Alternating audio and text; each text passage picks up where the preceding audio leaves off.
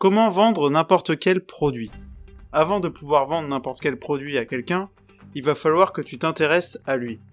En fait, ce qu'il va falloir faire, c'est avoir un client cible. Et ce client cible, tu dois bien le connaître. En fait, toi, ce qui va t'intéresser chez lui, c'est surtout les problèmes qu'il veut résoudre dans sa vie. Parce que la vente, c'est ça.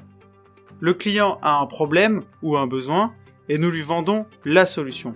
Le tout, c'est de connaître ses sensibilités et de connaître les profondes motivations que notre clientèle cible a, pour pouvoir lui présenter la solution qui répond parfaitement aux objectifs qu'il veut accomplir. Mais tu dois aussi connaître ses freins.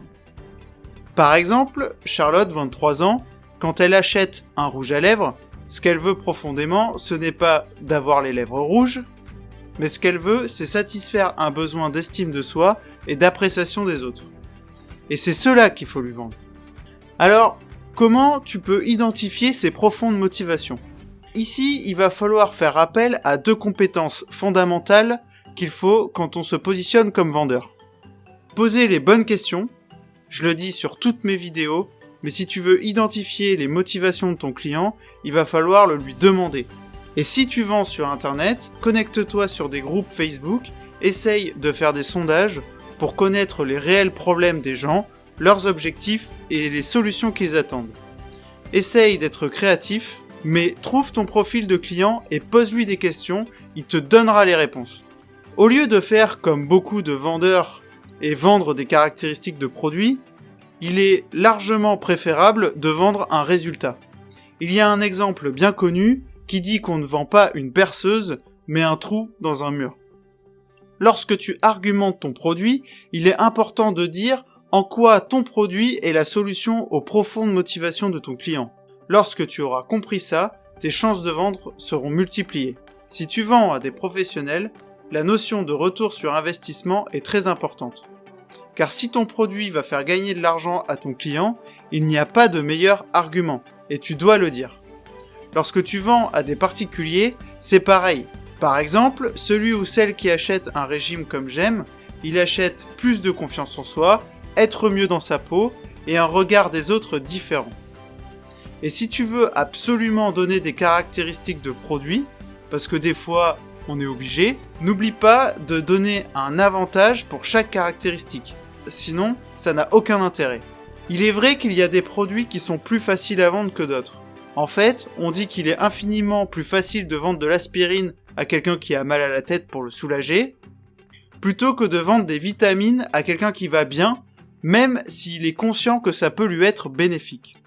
En gros, il est plus simple de vendre une solution à un problème quand la personne est consciente de ce problème.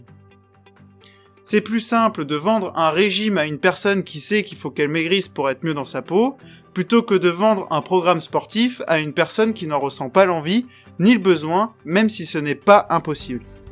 En fait, vendre n'importe quel produit, c'est possible, du moment que ce produit résout le problème de quelqu'un, et ce qu'il faut, c'est le proposer à la bonne personne et le présenter comme la solution à leur douleur.